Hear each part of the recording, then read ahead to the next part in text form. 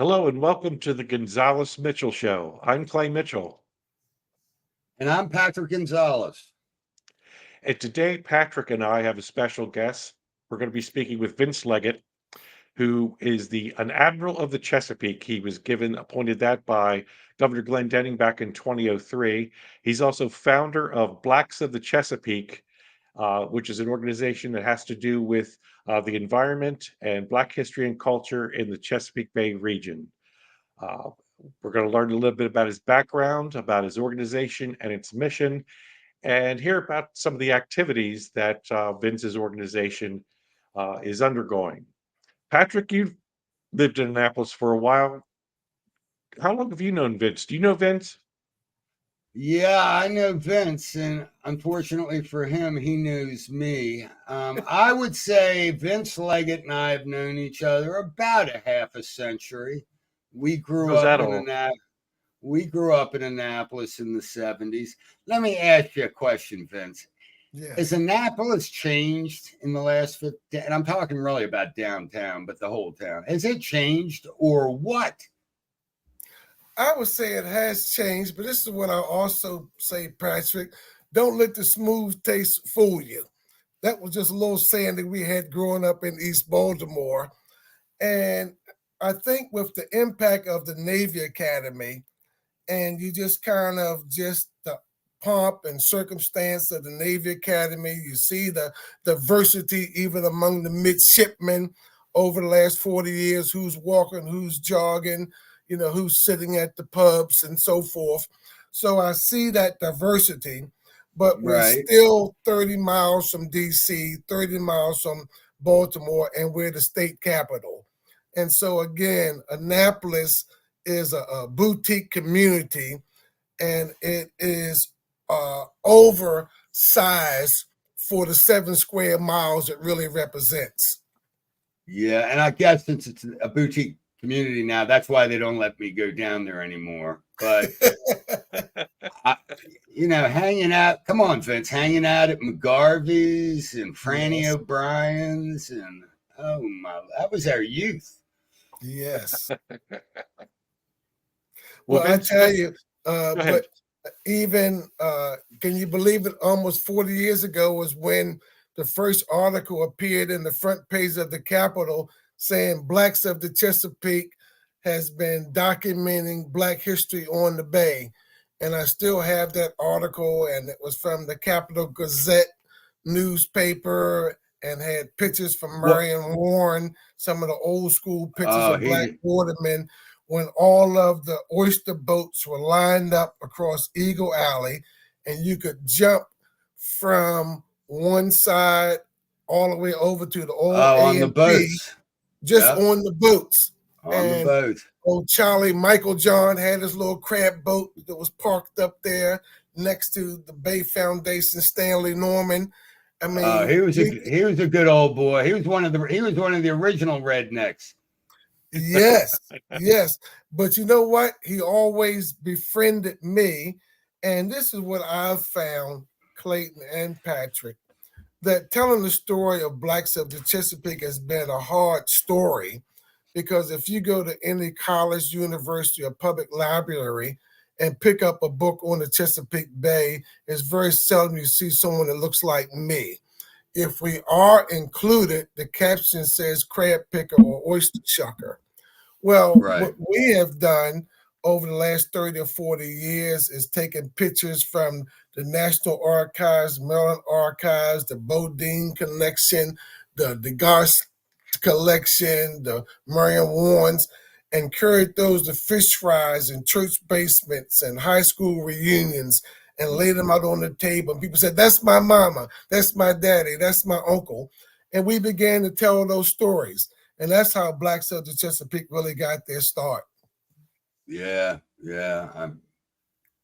I remember. What I'm Go sorry. ahead. You go ahead, Clay. No, I you was go just ahead. going to say, what are the projects to preserve all this history? I know you've written a couple books, Vince, to preserve this history for everybody today to discover the history of Blacks on the Chesapeake.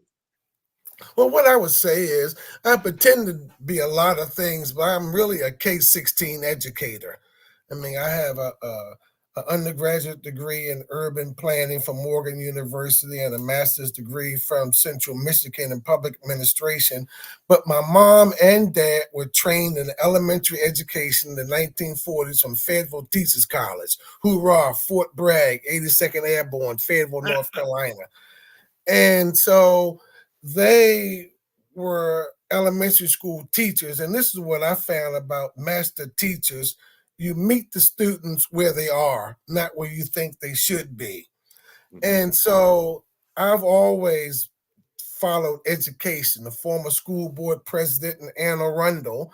And I took the position rather than complain about what the system has, what the man is doing or not doing. We started writing our own books, our own curriculum guides, because the teachers can't teach what they don't know. And again, that's been a hallmark of Blacks of the Chesapeake. We've written 2 books, one called Blacks of the Chesapeake, an integral part of maritime history. And we teamed up with Marion Warren. And Patrick, we teamed up with Alan Chesley. Alan Chesley was eccentric in Annapolis that went up and down Main Street, West Street, walking 2 cats on a leash. And he moved to Highlands Park in Baltimore in the middle of the hood. And no one ever messed with Alan Chesley. Well, it was those cats that were scared to death.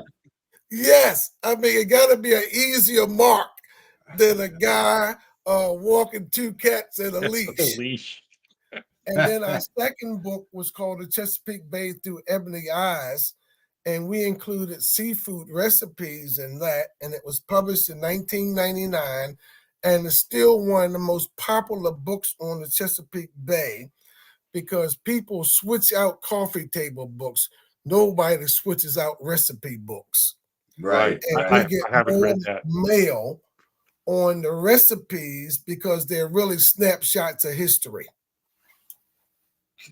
Vince, did you ever go to any of the concerts down at Carr's Beach back in the 60s?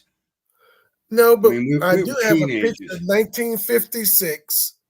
Right. I Chuck was Berry. at Sparrows Beach because Right. my dad was with AFL-CIO, United Steelworkers of America. My uncles were over at Sparrows Point. My dad Right. worked at Cottonelle Can, and even the unions were segregated back then. AFL-CIO was segregated. And they would have trips to Sparrows and Carr's Beach. I have a picture of me, my older brother Malcolm, my younger sister Belinda, at Sparrows Beach, and the tree is still there that we were standing beside. Really? Yes. My dad went down there to the Al Hibbler show. He was a blind saxophone player that walked out into the Chesapeake Bay blowing the saxophone and had it up in the air like an elephant trunk as he disappeared underneath the water. I mean, you couldn't make this stuff up, guys. Oh, I hear you, man. I remember as a kid, I was about 10 years old, so it must have been around 1967. There were so many cars on Forest Drive, miles and miles away from Carr's Beach. I don't know if it was Aretha Franklin. It was somebody big, and they just couldn't hold the number of people that wanted to go. And I never had the honor or privilege of being able to, I was too young, basically, of going to a concert. But, oh, my Lord, how good. James Brown would pack 11,000. I feel good. Oh, my God. Chuck Berry brought in 70,000. That's Domino? Yes. People called the governor's office and said they were shutting down interstate commerce in the United States. Yep. Because nothing could move on Route 50. No, yeah, it's exactly Route right. 50 was closed. That was the bottleneck. You're talking about impact on community. Oh, my God. It wasn't long after that, they said, guys, the party's over. We need to open these beaches up. Yeah. Remember Hoppy Adams, Vince? Remember Hoppy? WANN? Tonight. 50,000 watts. Yes. Sunrise to sunset. that went to North Carolina, New York, Yep. Ohio, out to the Atlantic Ocean, 50,000 watts of power was He a was lot of like horses, me. boss. Yeah, yeah. Just like you. That's great. He had a lot of horsepower. Yes. Yeah. Yeah. But what I What? would say, I was talking to Clay earlier, our marquee project is that we've worked with the city, the county, the states, the feds, and purchased the last 5 acres, which was the residual to the former Carrs and Sparrows beaches. Mr. Fred Carr in 1920 amassed 180 acres on the Chesapeake Bay. He was such an enterprising guy. He was selling sand off the beach for 10 cents a ton wet. And the grade of the sand off of those beaches were used for fine china. Really? I've talked to Wow. glass blowers and ceramic makers, and it's different than the sand at Sandy Point. Sandy Point has pea gravel up there. I mean, you Right, cut your right. feet walking out the Sandy Point, but it was just such a fine sand, and you know it came back every night, guys. I What? mean, look at the Oh. brilliance of it. Oh, I know. Yeah. Didn't Mr. Carr farm that for a while, Vince? He farmed it for a while. Plus, he had a grocery store in town next to the Star Theater across from the old county jail on Calvert Street. Right. So not only did he have the beach enterprises, he raised his own greens, cattle, hogs, and chickens and tobacco. But he also had a store in town, and he was formerly enslaved but worked at the Navy Academy for 50 years as a steward. Mm. And so for a colored man in the 1920s and 30s and 40s, steward was a high-class job because you weren't a laborer, you weren't a helper. Steward meant you interacted with leadership. You were in the big house if you were a steward. Right. And didn't his daughters take over when he passed? Didn't they? He had wasn't it- 4 daughters, and they owned 2 private beaches. And one of the things the family has asked me to do is emphasize that Carrs Beach and Sparrows Beach were privately owned. They weren't government facilities, i.e., a Sandy Point. I was Right. doing one lecture, and some guy, old geezer in the back, said, well, Mr. Leggett, Sandy Point was integrated. Here's what my daddy said. He said he would never bring his children back down to Sandy Point. It was on the east side of the park. There was this arrow that went in and said, colored to the left, whites to the right. The outhouses were beat down, falling over. All the sewage flowed over on the colored side. And he said if he get his wife and his children out of here this day, he'd never come back again, and he never went back to Sandy Point. So yes, it was integrated, but it was separate and unequal. Right. Right. So what new project do you have that you're working on, Vince? Right You- now, we have recently working with the city, and I would just want to give Mayor Buckley credit because as the mayor of Annapolis, he really got behind trying to preserve these beaches. And it would have been a heavier lift without the mayor's involvement. So I'm always going to credit the mayor that we cobbled together $6.5 million and bought Elktonia Beach that Little Willie Adams and Henry Parks and Joe Lewis and all of them owned out of Baltimore. Right. But then we also bought the Paulette Moore Cottage, and Dr. Moore was the second president at Coppin Teachers College up in Baltimore. Right. And so in 2-3 years, we accumulated $10 million plus $2 million from Carton to as federal directed, i.e. earmark. They don't like for me to say the word, but federally directed spending is how we say it today, to do infrastructure and interpretation.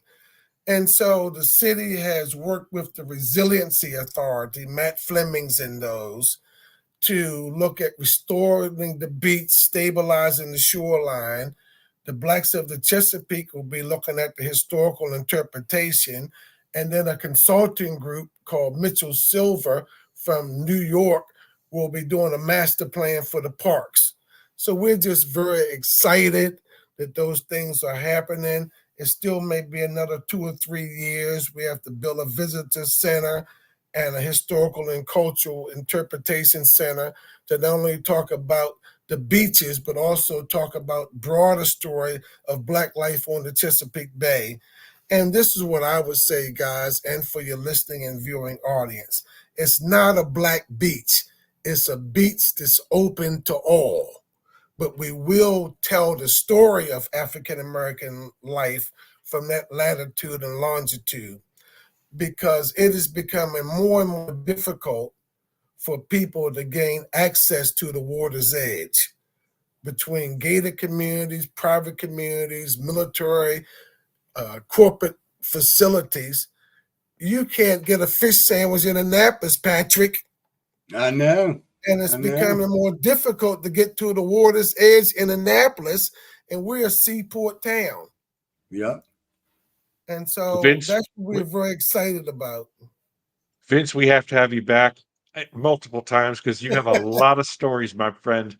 Really a lot of stories. We want to talk about the Black Waterman's Memorial project that we've been discussing and working on next time. That brings us to the end of this show. It's time to say goodbye, Patrick. Goodbye, Patrick. Goodbye, Patrick. Thank you, sir. Thank you so much, Vince. We look forward to having you back. You guys are a national treasure, and I appreciate this opportunity. Thank you. Thank you so much, Vince. See you, Vince.